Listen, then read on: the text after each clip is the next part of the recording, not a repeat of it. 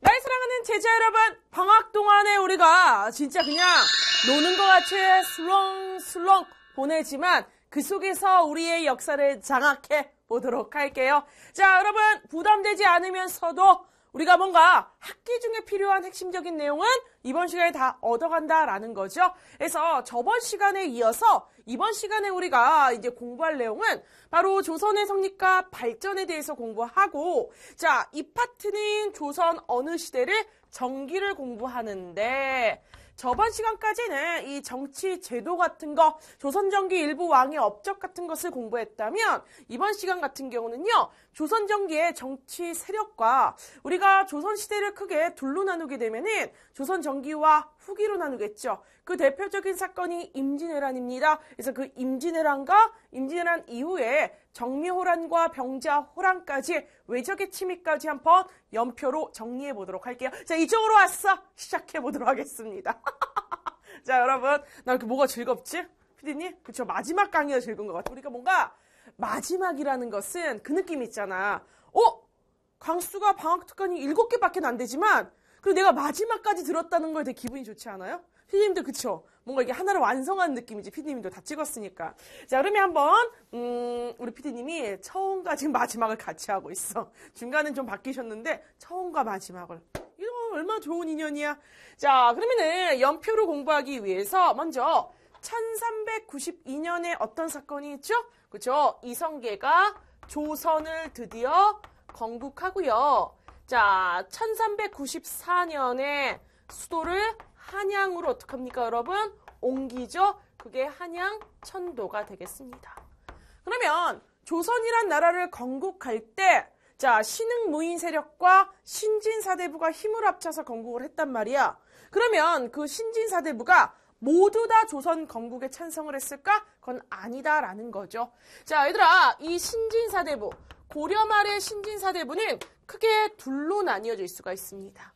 하나는 혁명파 신진사대부이다라고 해서 이성계와 한 팀이 된 부류가 있고요. 또 하나는 옹건파 신진사대부예요.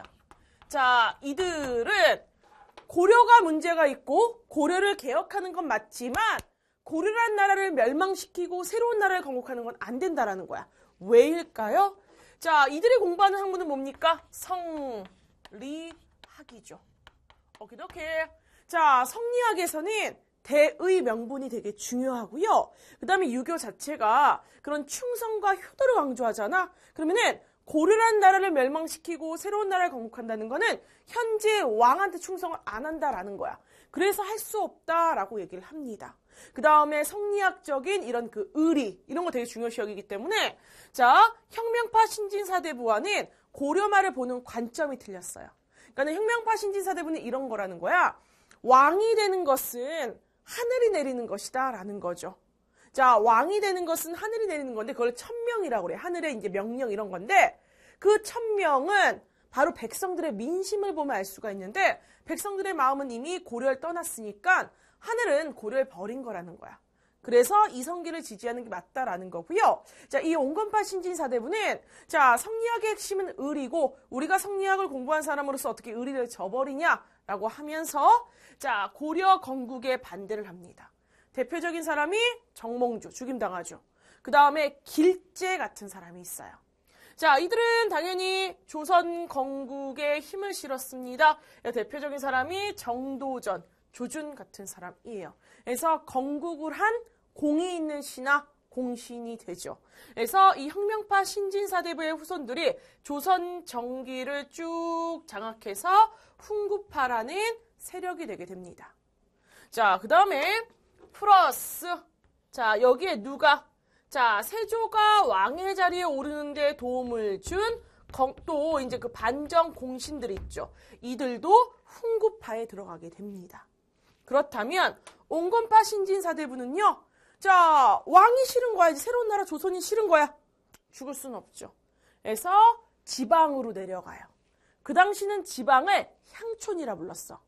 지방으로 내려가서 계속 성리학을 공부하면서 제자들을 기릅니다. 그 당시 지방 양반들을 자기 제자로 받아들이는 거야.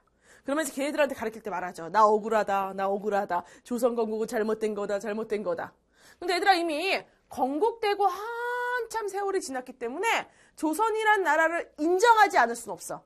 인정은 하되, 자, 이 훈구파와는 정치를 바라보는 관점이 달라지게 교육이 된 애들이에요. 자, 이들의 이런 그 제자들이 뭐가 된다? 사림이라는 정치 세력이 되게 되는 거죠. 그러면은 요 사건부터 보도록 할게요. 단종이 어린 나이에 왕의 자리에 올랐습니다. 자, 단종 때는 신하들의 세력이 굉장히 강했었어요.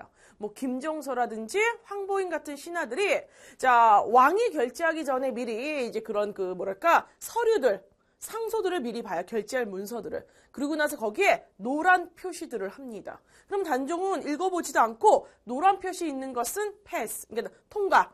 표시 안 된 거는 빠꾸. 아니. 얘들아 선생님 젊어. 할머니 때문에 우리 할머니가 너무 그 일제강점기를 겪으셨던 분이기 때문에 우리 엄마 아빠가 늦게 결혼해서 나갔어요. 그래서 또 일제강점기라니까. 그래서 선생님 외할머니가 일본어를 할 줄 알아. 외할아버지라. 왜냐면 일제강점기를 겪어서 일본어를 교육받아서. 그래서 그 외삼촌이 잘못하잖아. 그럼 외삼촌 들을까봐 우리나라 말로는 욕 못하고 일본어로 욕하시고 막 그러셨어요. 저놈 나쁜 놈이라고 막 어쩜 저렇게 공부 안 하냐고 막. 선생님이 그래서 이 표정이 이런 거야. 늙어서가 아니라. 자, 그래서 통과시켜주지 않는 거예요. 자, 그러다 보니까는 왕권은 굉장히 약화되고 신하들의 권력이 강화됐습니다. 이런 상황에서 세종의 둘째 아들인 자, 세조가 왕위를 넘봤죠. 끝내는 한명회라는 훈구파에 속하죠.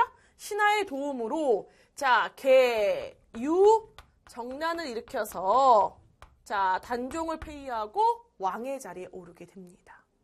자, 세조한테는 이제 그 첫째 아들이었던 세자가 있고요.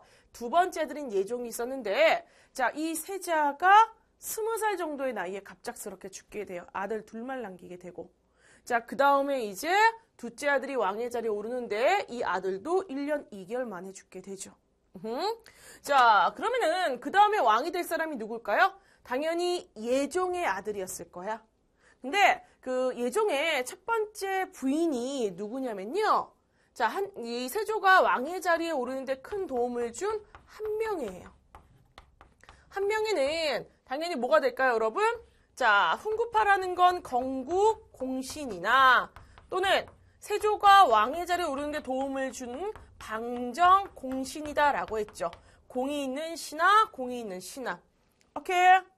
자, 그래서 자, 이 한명회와 세조는 굉장히 친했습니다. 한명회 덕분에 세조가 왕의 자리에 오른 거거든요. 어떤 표현이 있었냐면 이 세조는 여의주가 없는 용이다. 얘들아, 용의 핵심은 뭘 것 같아? 비닐? 막 그 발톱? 아니야, 여의주야. 그 여의주가 바로 한명회였다라는 거죠. 그래서 굉장히 친했기 때문에 사돈을 맺어요. 그래서 예종의 첫 번째 부인이 한명회의 세 번째 딸이에요. 하지만 아들 하나 낳고선요, 여러분 산후병으로 죽게 됩니다. 근데 이 아들조차도 3살 정도인가에 죽어요.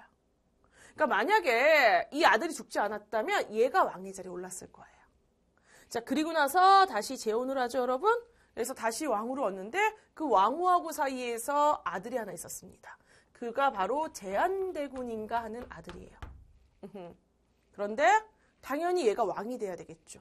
하지만 얘가 왕이 되지 않고요. 자, 이 세자였던 자, 요 부인이 누구냐면 그 유명한 인수대비예요. 인수대비하고 사이에서 자, 첫째 아들, 둘째 아들이 있었습니다. 첫째 아들이 월산대군, 둘째 아들이 자월산대군인데 자, 이 자월산대군의 부인이 한명회의 넷째 딸이었어요. 아하. 자, 외손자 없죠. 그래서 누구를? 자, 이 인수대비하고 쿵짝쿵짝쿵짝해서 자, 이 둘째 아들을 왕의 자리에 앉힙니다. 그가 바로 성종이 되게 되는 거죠. 그럼 보자, 얘들아. 성종이 왕의 자리에 오를 때 누가? 한명의 힘이 되게 컸죠. 그러니까 왕의 자리를 훈구파 대신들 마음대로 좌지우지할 정도였어. 그런 상황에서 성종이 왕의 자리에 오르게 되자 처음에는 이제 그 할머니인 세조의 부인이었던 이 정의왕후가 수렴청정을 했었어요. 그러다가 성종이 나이가 들고 나서는 자기가 직접 정치를 하는 거야. 그러다 보니까는 훈구 세력들의 힘이 너무 세서 자기 마음대로 정치를 못하는 거죠. 아하, 이게 되게 열받았어요. 그래서 자기만의 세력을 키우기 위해서 이 훈구 대신들을 견제할 만한 애들이 있을까라고 해서 찾아낸 애들이 바로 누구다? 이 지방 세력들이다라는 거죠. 그래서 얘네들을 중앙관직에 등용시키기 시작합니다. 누구 때? 성종 때. 이때 사림파가 어떻게 했다? 대두되기 시작한 거예요. 나오기 시작한 거예요. 오케이. 그래서 처음 나온 사람들은 누구냐면 김종직과 그의 문인이라고 그래요. 그의 제자들파야. 그의 친구들파. 이들이 처음 성종 때 관직을 얻었습니다. 그러면 형성이 어떻게 된 걸까요? 다시 나오죠? 자, 공신들과 그들의 후손 계층들이에요. 자, 이들은요, 조선 건국에 반대했던 옹건파 신진사대부들의 제자 계층들이겠죠. 됐나요? 그럼 볼게요. 자, 당연히 공신 세력들은 왕 덕분에 어떻게 되는 거예요? 자기가 왕의 자리에 올려주고 나서 덕분에 이제 그 권력을 얻고 사는 거죠. 자, 얘네들의 근거지는 어디일까요? 왕이 있는 중앙이야. 수도 한양이 근거지야. 오케이?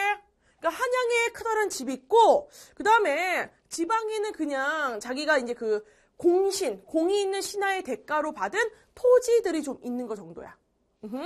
자, 그래서 경제적으로 보게 되면은 이들은 공의 대가로, 공신이 되는 대가로 어마어마한 토지를 받고요. 어마어마한 노비를 받았어요. 왜? 자기가 제거한 가문에 남자들은 다 죽이고 여자들은 다 노비로 받는 거야. 그 다음에 그 가문에 있는 노비도 다 받아요. 노비가 엄청난 거죠. 그래서 엄청 부자였습니다. 그리고 당연히 공이 있는 신하들이니까 왕들이 다 어떻게 해요? 고위 관직 자리에 앉히는 거예요. 했나요? 그럼 만약에 왕이 사라진다면 훈구 세력들의 정치적 기반도 사라지는 거죠. 왕 덕분에 모든 걸 다 얻은 거니까. 그래서 얘네들의 목표는 뭐냐면, 자, 건국공신들 같은 경우는 조선이란 나라가 안정돼야지 자기네도 권력을 얻는 거잖아. 조선의 안정을 바래요. 그럼 조선이 안정되려면 우선 자기가 지지하는 왕의 힘이 있어야 될 거 아니야. 그래서 왕이 있는 중앙으로 권력이 어떻게 되기를 집중되기를 바라는 중앙 집권이 되길 바래요. 됐나요? 그 다음에 얘네들 같은 경우는요. 과학기술에 굉장히 관대해요.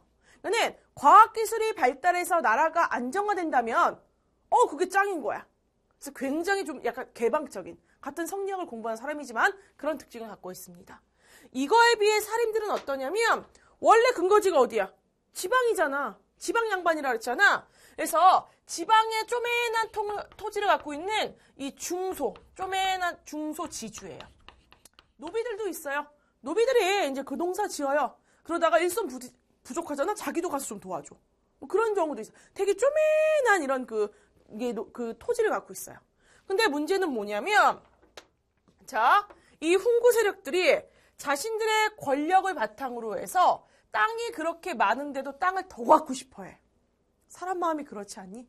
욕심을 부리면 한이 없잖아. 그러다 보니까는 지방 양반들의 땅까지 어떻게 해서라도 가지려고 가진 수를 씁니다. 그러니까는 지방 양반들 입장에서는 훈구가 되게 싫은 거예요. 그래서 경제적으로 대립할 수밖에 없고요. 그 다음에 정치적으로도 얘네들은 중앙집권 싫어. 얘네들이 원하는 건 뭐냐면 지방이라고 그러죠. 그 당시 향촌이라고 부른다 그랬죠. 향촌이 자치하는 거야. 이 소리는 뭘까요? 향촌이 자치한다고 해서 거기 있는 노비들이 정치하고 이런 거 아니에요? 향촌에서 그 지방에서 왕노릇하는 양반들 있잖아. 그 양반들이 자기 지방에서 계속 세력을 유지하길 바란 거예요. 만약에 중앙집권이 된다면은 임금이 보낸 관리들이 자기 지방에서 왕노릇을 할 거 아니야. 그게 싫은 거야. 자기 지방에서는 자기가 왕노릇을 하길 바랬던 거예요. 그걸 향촌 자치라고 하고요. 그 다음에 여기서는 이제 그 왕의 권력이 되게 강해지길 바래요. 강한 왕 이런 걸 바라지만 얘네들은 뭐냐면 왕도 정치라고 해요. 자, 왕이 된 사람은 덕으로 사람들을 다스려서 그들을 감동시켜서 끌고 가야 된다는 거야. 뭐 무서운 그런 그 책찍 같은 걸로 무서운 방법으로 하면 안 된다는 거야. 그럼 내가 덕이 있으려면 어떻게 해야 될까? 끊임없이 수양하고 끊임없이 공부를 해야 된다라는 거죠. 그래서 왕을 굉장히 힘들게 괴롭혔었습니다. 그래서 왕도 정치를 어떻게 했다? 주장했다라는 거 여러분 요거 정도 좀 알아두시고요. 당연히 의리와 일 하나 하더라도 이유가 있어야지 일에. 명분 중요시 여겼었어요. 됐나요? 그러면은 자 성종 임금이 얘네들한테는 어떤 관직을 줬냐면 자 훈구는 고위관직이죠. 그러면은 고위관직하는 애들이 이때 비리가 되게 많았었어. 자기 권력을 바탕으로 해서 훈구파는 왕실과도 결혼을 많이 했었어요. 아하. 한명희 같은 경우는 자기의 셋째 딸과 넷째 딸이 다 뭐야? 왕후야. 왕후야? 왜? 성종의 이제 그 첫 번째 부인이었으니까. 왕후란 말이야. 그 다음에 자기의 고모부나 자기의 뭐 이제 그 친척들을 보게 되면 그 다 임금들의 왕후나 아니면 후궁이나 다 이런 식인 거야. 그러니까 왕실과 또 혼인을 하면서도 권력을 엄청나게 얻었다라는 거죠. 자, 이거에 비해 살인민가는 부패가 많았어. 이 부정부패를 비판할 수 있는 어디에? 3, 4라고 하죠, 여러분. 사헌부, 사간원, 홍문관에 집중적으로 이들을 배치합니다. 그러니까 얘네들이 잘못하면 얘네들이 다 임금한테 가서 꼬알라 바치는 거야. 서로 사이가 좋겠니? 안 좋겠죠. 자, 문제가 생깁니다. 언제부터? 성종이 죽고 나서부터. 됐나요? 그래서 성종이 죽고 나서 자 사림을 비호해주는 왕이 죽은 거잖아. 훈구가 사림을 공격하기 시작해요. 그래서 모가 사림들이 화를 입는 사화가 터집니다. 사화는 4개가 있어요. 어떻게 외우면 되냐면 무, 갑, 기, 을. 아하. 자, 연산군 때 2개가 있습니다. 무오사와 갑자사와. 중종 때 하나가 있습니다. 기묘사와 을사사와. 자, 훈구가 사림을 공격할 때 꼬투리가 있어야 될 거 아니야? 자, 무오사와는 이 김종직이 쓴 그 제문이라는 게 있어요. 글. 그 내용이 결론적으로 세조를 비판한 것이다 라고 말을 합니다. 연산군의 입장에서는 자기의 누군 거야? 증조할아버지가 되는 거죠. 자기의 핏줄이잖아. 여기서부터 정통성이 시작되는 거잖아. 단종이 아니라. 개우정론을 비판한 거야? 라고 하면서 살인파를 쳐버립니다. 됐나요? 살인파만 죽임당하고 관직에 쫓겨나고 고향으로 내려가요. 그러다가 이들이 다시 올라옵니다. 자, 그 다음에 갑자사화가 터져요. 갑자사화는 연산군의 엄마인 패비 윤씨 사건과 관련되어 있었던 살인들 있죠. 그들을 제거한 거예요. 자, 한 명의 넷째 딸이 왕후가 된 지 얼마 안 돼 죽습니다. 그러면서 성종은 그 당시 후궁인 중에 하나였던 윤씨를 왕후 자리에 앉혀요. 제일 사랑했었고 그 다음에 아이도 있었기 때문에 걔를 왕후 자리에 앉힌 거예요. 하지만 조선 전기는 여성의 권익이 높았기 때문에 질투심이 심했던 거죠. 왜냐면 성종이 진짜 후궁이 많았거든. 그래서 끝내는 자, 이 성리학에 맞지 않는 여자다라고 해서 쫓겨나게 됩니다. 그리고 억울하게 죽음을 당해요. 이러자 연산군은 자기 엄마가 따로 있는지 몰랐어. 자, 이 성종의 첫 번째 부인 죽어요. 두 번째 부인 패비윤 씨 억울하게 죽어요. 세 번째 부인이 자기 친엄마인 줄 알고 살았는데 나중에 알고 봤더니 아닌 거야. 그래서 갑자사화로 다 죽여버립니다. 자, 그러다가 끝내는 연산군의 잘못된 정치에 의해서 중종 반정이 터지죠. 자, 또 신하들 덕분에 중종이 왕이 된 거야. 중종 왕권이 약했어요. 자기 뜻대로 정치를 못했습니다. 어느 정도냐면 자기가 대군 시절에 결혼했던 부인이 있습니다. 그 부인의 아버지가 연산군의 처남이었던 거야. 그랬다는 이유로 그 신씨 가문이 멸문이 돼요. 그러면은 부인이잖아. 왕후 자리에 오르거든요. 아빠가 죽은 거야. 반정 공신들에 의해서. 만약에 이 사이에서 아이가 태어나게 되면은 반정 공신들한테 복수할 수 있잖아. 엄마의 억울함을 들어줘. 엄마의 억울함을 들어줘. 이런 식으로. 그래서 어떻게 했냐면요. 이 반정 공신들이 그 첫 번째 왕후를 쫓아내라고 해서 중종이 거부하다가 쫓아냅니다. 그가 바로 당경왕후예요. 80살까지 살았대요. 얘들아, 이거는 성리학의 법도에 어긋나는 거예요. 그러니까 얘네들도 지네 마음대로, 이들도 지네 마음대로 정치한 거죠. 성리학자임에도 불구하고. 왜? 조광지쳐버리지 않거든요. 그래서 나중에는 복이 돼요, 여러분. 이게 죽고 나서 이제 다시 왕후의 타이틀을 얻어요. 왜? 죽고 나서 봤더니 불쌍한 거야. 살아생전은 아니지만. 죽고 나서 봤더니, 조광지쳐야. 무슨 죄야? 지 잘못이 아니잖아. 자, 얘들아, 반역죄로 처벌을 하더라도 시집간 딸은 처벌하지 않아. 출가 외인이라고 그러거든, 성리학에서는. 근데 처벌한 거잖아. 그래서, 자, 두 번째 부인을 얻습니다. 그가 바로 이제 장경왕후라는 여성이에요. 자, 아들 하나 낳습니다. 그 아들 낳고 또 산후병으로 죽어요. 옛날에 의학기술이 약했으니까. 자, 그래서 중종은 이런 식으로 왕후조차도 자기가 지켜주지 못하잖아. 그래서 또 자기의 정치 세력을 만들고 싶어 해요. 누구 대신? 그러니까 훈구파를 몰아내려고. 그래서 또 살인들을 불러 올립니다. 그때 불러 올린 살인이 바로 조광조예요. 굉장히 똑똑했어요. 성리학의 최고봉이라고 할 수가 있어요. 완벽한 남자야. 그러다 보니까는 왕한테 왕도 정치를 계속해서 주장한 거야. 왕이시여, 공부하세요. 왕이시여, 똑바로 행동하세요. 중종이 처음엔 듣지만 나중에는 짜증이 나는 거야. 내가 왕인데 맨날 뭐라고 욕만 하고 뭐라고 이제 막 쿠사리만 주고 얼마나 싫겠어.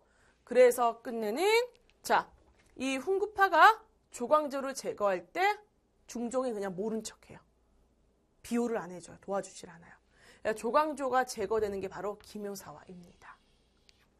자, 그리고 어찌어찌 또 살인들이 살아남았어요. 자, 인종 때입니다. 자, 우리가 인종 때가 아니라 명종 때가 있어 사와 되더라. 큰일 날 뻔했다. 자, 명종 때가 무엇이다?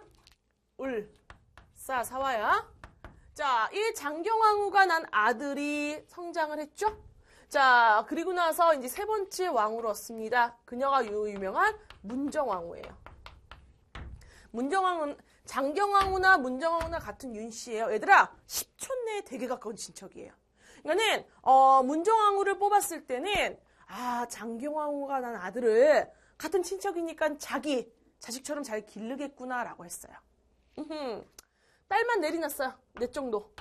그때까진 잘했는데 드디어 아들을 낳게 된 겁니다. 그러자 문정왕후 마음이 바뀌죠. 그래서 인종을 계속해서 죽이려고 했습니다.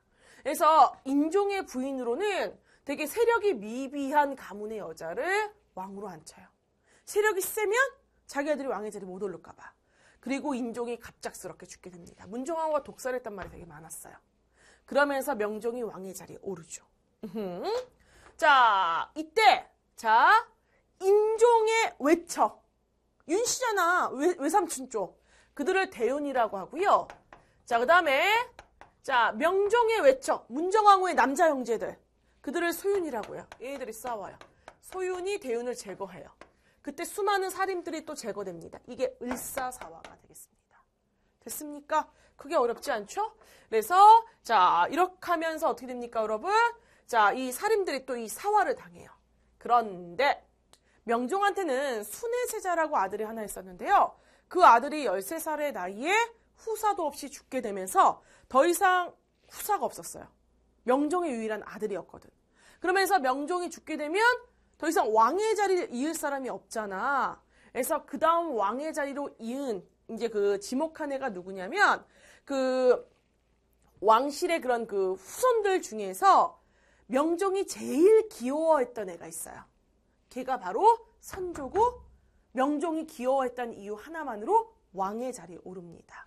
어떤 포인트가 명종의 마음을 얻었냐면 그 왕이 쓴 익류관인가 그게 있었는데 다른 그 어린 왕손들한테 그걸 한번 써보라니까 애들이니까 막 써보고 좋아했던 거야. 근데 선조만 안 써봤대요. 이게 왕이 쓰는 건데 감히 어떻게 제가 쓰냐고. 거기에 반했던 거야. 그러면서 선조가 왕의 자리에 오릅니다. 됐나요? 자, 이 선조가 왕의 자리에 오를 때는 훈구는 남아있지 않았어요. 사림만이 남게 됩니다. 그래서 사림이 드디어 집권하게 되죠. 왜 훈구가 남아있지 않았을까? 간단해요, 여러분. 자, 볼게요. 자, 훈구랑 사림이랑 서로 싸워. 그러면 어찌됐든 서로 조금씩 피해는 봐. 사림이 훨씬 많이 보지만 훈구도 피해를 보는데 훈구가 피해를 보잖아? 훈구는 한번 제거당하면 재기할 근거가 없어. 돌아갈 고향도 없어. 왜? 왕옆에 중앙 한양의 모든 근거지가 다 뺏기잖아. 그냥 없어지는 거예요, 여러분. 그러다 보니까 처음에 조금, 그 다음에 조금, 그 다음 조금 없어지다 보니까 선조때 되면 다 없어져. 근데 그거에 비해 사림의 원래 기반은 지방이죠. 향촌. 자, 제거당해요. 나머지 사림들이 지방으로 내려가서 거기서 학교를 운영합니다. 그 학교가 바로 뭘까요, 여러분? 서원. 사립학교야. 제자를 길러요. 나 열나 억울하거든? 너희들이 훈구를 제거해줘. 제자들이 막 우리 선생님이 그랬단 말이야. 또 의리와 명분에 젖어서 또 상경을 해서 관직에 오르죠. 또 제거당해요. 내려와요.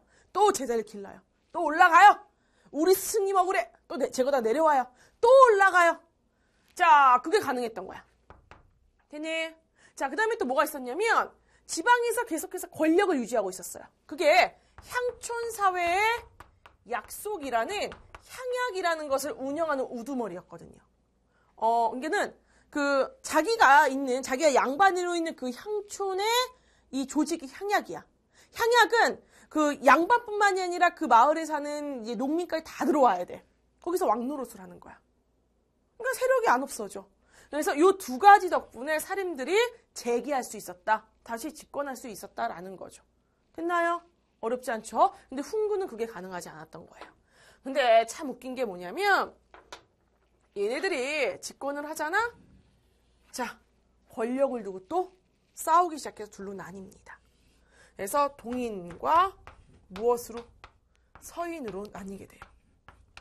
자, 겉으로 보이는 이유는 뭐냐면 이조 전량이라고 해서 관리들의 관직을 임명하는 자리가 있어요. 이조라는 거는 그 관직 임명하는 자리야. 예를 들어서 자, 뭐 주혜령은 사원부 뭐 어떤 자리에, 그 다음에 우리 PD님은 뭐 사관은 어떤 자리에, 그 다음에 또 누구는 홍문관 무슨 자리에, 이렇게 자 어디에 누구를 배치하겠다고 이렇게 플랜을 짜요. 계획을 짜잖아. 그리고 나서 임금한테 보여주면 임금은 크게 문제가 없으면 거기에 사인을 하는 거야.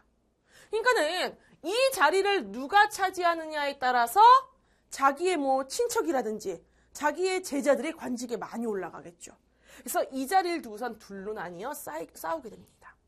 됐나요? 그 다음에 학파도 좀 달라요. 성리학을 바라보는 관점도. 자, 동인은 이황의 학파였어요. 영남 지방의 이제 양반들이 주로 동인이 들어가요. 서인은요, 율곡 이의 학문을 따르고요. 이들은 그 기호학파이다라고 해가지고 뭐 경기 지방이나 또는 충청도 지방 요쪽 있죠, 여러분. 요쪽을 근거지로 하는 애였습니다. 됐나요? 그래서 학파의 그런 것도 좀 들립니다. 아하. 그러다가 이 동인이 또 나뉘게 됩니다. 자, 정여립이라는 동인이 반역죄를 저질렀는데 그걸 바라보는 관점에 따라서 북인과 남인으로 나뉘게 되죠. 됐나요? 자, 이런 상황에서 이렇게 우리가 나뉘는 거, 이렇게 사림들이 나뉘는 걸 뭐라 부르냐면 붕당이라 불러요. 붕당된 거야. 얘네들이 서로. 어렵지 않죠? 붕당됐다라는 거라서 이 정치를 붕당 정치이다라고 합니다. 선조 때 드디어 1592년에 무슨 사건이 벌어지게 됩니까? 일본이 이 정세를 제대로 파악하지 못해서 제대로 대비를 못하죠. 율곡 이이가 분명히 일본에서 쳐들어올 것이다 라고 하면서 10만 양병설을 주장하면서 대비하자라고 했는데 대비하지 못했어요. 1592년에 임진왜란이 터집니다. 무려 7년 동안 있었고 우리나라 안에서 벌어진 전쟁이기 때문에 우리나라만 큰 피해를 봐요. 자, 전쟁은 조선의 승리로 끝났습니다. 왜? 신에게는 12척, 12척 맞나요? 13척인가? 12척의 패가 있었잖아. 이순신 장군 덕분이에요. 플러스 우리 백성들의 끊임없는 노력, 우리 백성들이 의병으로 활동을 했기 때문입니다. 됐습니까? 자, 그리고 나서 이런 어수선한 과정에서 누가? 자, 선조의 둘째 아들이었던 광해군이 왕의 자리에 오르죠. 무려 15년 정도 왕의 자리에 있었어요. 정치 굉장히 잘했었습니다. 자, 이 광해군은 자, 이때 어떤 일이 있었냐면 중국에서 자, 명나라 있죠. 우리의 임진왜란을 도와줬던 명나라의 힘이 급속도로 약화되고 여진족의 힘이 굉장히 세지는 과정이었어요. 딱 분석을 해보니까 명은 망하게 생겼어. 여진족이 분명히 나라를 세워. 그럼 여진족의 신기를 건드리게 되면 나중에 또 우리를 쳐들어올 수가 있겠지. 우리가 7년 동안 전쟁이었단 말이야. 또 전쟁이 일어나게 되면 우리 백성들은 죽어나가는 거야. 그래서 이 광해군은요. 명나라와 여진 사이에서 줄타기를 해요. 그래서 중립 외교를 합니다. 무슨 외교를 한다? 중립 외교. 명나라의 기분도 안 건드리면서 여진한테도 나 너네하고 저거 아니야? 이런 식의 정치를 한 거죠. 그런데 인조가 반정을 하게 됩니다. 그래서 광해군이 왕의 자리에서 쫓겨나게 돼요. 이상한 게 뭐냐면 그 인조 반정을 했던 반정군의 수가 되게 적었어요. 그 다음에 광해군 주변에는 그 군대가 되게 많았었고. 그러니까는 진짜 인조는 이 반정이 실패할 만도 했는데 그 당시 이 광해군이 잘못된 정보를 얻었다는 말도 있어요. 광해군이 잡히지 않았다면 상황이 달라졌겠죠. 왜냐면 인기도 꽤 많았었거든. 청취를 잘했으니까. 자, 인조는 광해군을 왕의 자리에 쫓아냈어. 그러면 광해군과 자기는 다르다라는 걸 사람들한테 보여줘야 되겠지. 광해군이 왕의 자리에서 쫓겨난 이유는 여진족하고 친하게 지내서이고 폐륜을 해서이다. 나는 그런 사람 아니야? 나는 명나라와 친하게 지내겠다. 친명. 그 다음에 야만족인 여진이 후금이란 나라를 세우거든요. 금나라를 배척하겠다. 친명 배금 정책을 펴요. 당연히 이게 누구의? 자, 여진족의 신기를 건드리죠. 오케이. 그래서 1627년에 쳐들어옵니다. 이게 정묘호란이에요. 자, 정묘년에 오랑캐호, 오랑캐와 란 전쟁을 일으켰다라는 거예요. 됐나요? 인조가 막 빌어요. 우리 그럴 마음 없었거든? 알았어. 니네가 원하는 대로 하겠어. 자, 이 정묘호란을 일으킨 후금은요. 목표가 조선을 겁주는 거 정도였어. 왜? 자기네는 명나라하고 싸우고 싶었거든. 그러니까 명나라하고 싸우는데 조선이 명나라 도와준다고 하면 큰일 나잖아. 그래서 미리 겁을 준 거야. 너네 싸울 때 나오기만 해. 알아서 해. 겁만 준 거예요. 인조가 더 겁먹었었어요. 자, 그리고 나서 이제 후금이 나라 이름을 청으로 바꿉니다. 조선이 말을 안 들어. 다시 쳐들어와요. 그게 바로 뭐다? 병자호란입니다. 자, 인조 임금 도망가죠. 어디로 갑니까? 북쪽에서 청나라 군대가 쳐들어오니까 남쪽으로 도망가요. 지금의 분당 있는 쪽. 남한산성으로 도망가요. 거기서 싸웁니다. 항복하죠. 못 버텨요. 그 다음에 강화도로 피신간 왕족들이 좀 잡혔었거든요. 그래서 지금 분석에 따르면 인조 임금 솔직히 항복하고 싶었는데 이거 항복하게 되면 백성 큰일 날 것 같은 거야. 그래서 백성들의 입장에서는 광해군 때는 전쟁도 안 일어나고 좋았는데 인조 때문에 다 이 꼴이 난 거잖아. 자기가 이제 죽임을 당할 것 같기도 해가지고 쉽게 항복을 못했던 거야. 그런데 강화도에서 자기의 이제 그 아들들 이런 왕족들이 잡히게 되니까 항복할 구실이 생긴 거잖아. 그래서 항복을 하게 됩니다. 그리고 삼전도에서 청나라 황제였던 태종에게 신하가 되는 이제 우리가 이 9번 절을 하는데 그때 머리를 이렇게 쿵쿵쿵 찢는 게 있어요, 여러분. 이게 황제한테 하는 거거든요. 이 그 절을 하게 되면서 완전히 항복을 하게 되죠. 근데 인조의 마음에 스크래치가 막 났었던 거야. 막 스크래치가 나고 자기의 첫째 아들이었던 소현세자, 둘째 아들이었던 복림대군이 자 볼목 인질로 끌려가고 그 사이에서 복림대군의 첫째 딸은 인질로 끌려가는 과정에서 애가 어렸거든요. 거기서 죽게 되고 막 이런 일이 있었던 거죠. 자, 이런 상황에서 7년 만에 인조의 첫째 아들인 소현세자와 자 그의 부인인 미네빈 강씨가 돌아와요. 근데 중간에서 수많은 그런 그 이간질하는 그런 사람들에 의해서 인조가 소현세자를 굉장히 미워하게 됩니다. 소현세자가 돌아온 지 2개월 만인가 갑작스럽게 죽게 되는데 거의 100% 독사이라고 봐요. 왜? 사람이 죽음에 염을 하잖아, 얘들아. 사방에서 검은 피가 다 흘러나왔대. 우리가 독살됐을 때 증거거든. 그 다음에 되게 빠르게 시신을 수습해요. 보통 세자의 죽음은 정식 예에 맞춰서 되게 조심해서 되게 오랜 기간 동안 되게 후닥닥 장례를 치러버려요. 그래서 인조가 죽였단 말이 있어요. 그리고 소현세자의 아들이 셋이 있었습니다. 하나, 둘, 셋이 있었는데 첫째가 새 손으로 책봉이 됐었어요, 여러분. 그럼 세자가 죽으면 얘가 그냥 되면 되는 거야. 책봉이 된 건데 얘를 폐위하고 둘째 아들이었던 복림대군은 세자 자리에 앉혀요.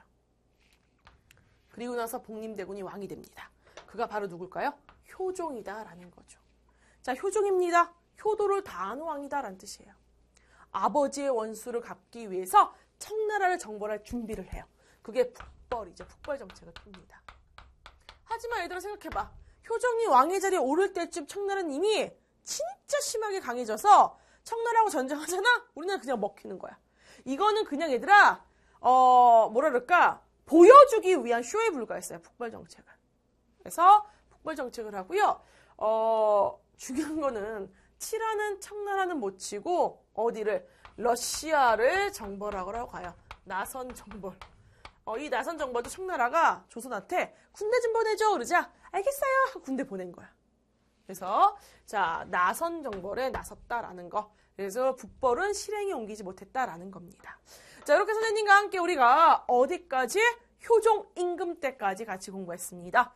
크게 어렵지 않으셨죠 여러분? 그럼 쌤과 함께 마무리 해볼게요.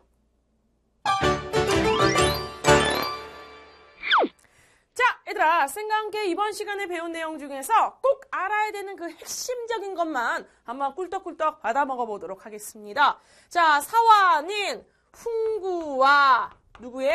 사림의 대립인데 훈구가 사림을 제거하려고 했던 것이다 라고 이렇게 이해하시면 쉽죠. 그래서 사림이 무엇을? 화를 입은 사건이다 라는 거예요. 자, 사화 4개. 우리가 4사건이 있습니다. 어떻게 외워라? 자, 무, 가, 기, 을.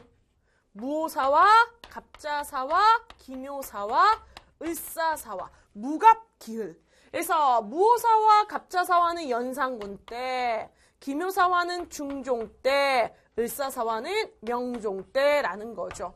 그래서 자 무오사는 김종직의 조의 재문 때문에, 갑자사와는 패비 윤씨 사건과 관련해서, 자 기묘사와는 조광조와 관련해서, 을사사와는 자 대운과 소윤의 대립, 우리가 외척간에 우리가 그런 일이다라고 했습니다. 자 그 다음에 선조 임금 때는요 훈구가 다 사라지고 사림이 어떻게 됩니까 여러분? 집권하죠. 자, 그 다음에 임진왜란이 1592년에 터지게 되고 임진왜란 전과 후로 조선 사회는 완전히 달라지게 됩니다. 자, 그 다음에 광해군 때는요. 자, 무엇을 했다? 자, 중립 외교를 했다라는 거. 그래서 명과 후금 사이에서 중립외교, 여진족과의 사이에서 중립외교 했었고요. 자, 인조 때는 친명 배금 정책에 의해서 이제 후금, 청나라가 쳐들어오게 되죠. 정묘호란과 자, 무엇이 있다? 병자, 호란이 있다라는 거, 이 정도 여러분이 알아두시면 되겠습니다. 되셨습니까? 그래서 이게 핵심적인 내용이 되겠네요. 자, 이렇게 선생님과 함께 드디어 방학 특강 확실하게 다 끝내봤습니다. 자, 여러분, 쌤은요, 체크. 우리가 이제 그 본강에서 만나게 될 겁니다. 좀 더 재밌는 역사 여러분과 함께 풀어나갈 거니까요. 자, 얘들아! 선생님이 더 아름다운 미모가 아이고 배야 아이고. 자 우리 선생님과 제자 사이잖아. 난 너네가 제일 잘생기고 제일 이뻐 보이는데. 자 카메라만 있지만 선생님은 그 속에 너희들이 보인다라는 거. 자 그러면 우리가 수업 시간에 만나보도록 할게요. 안녕.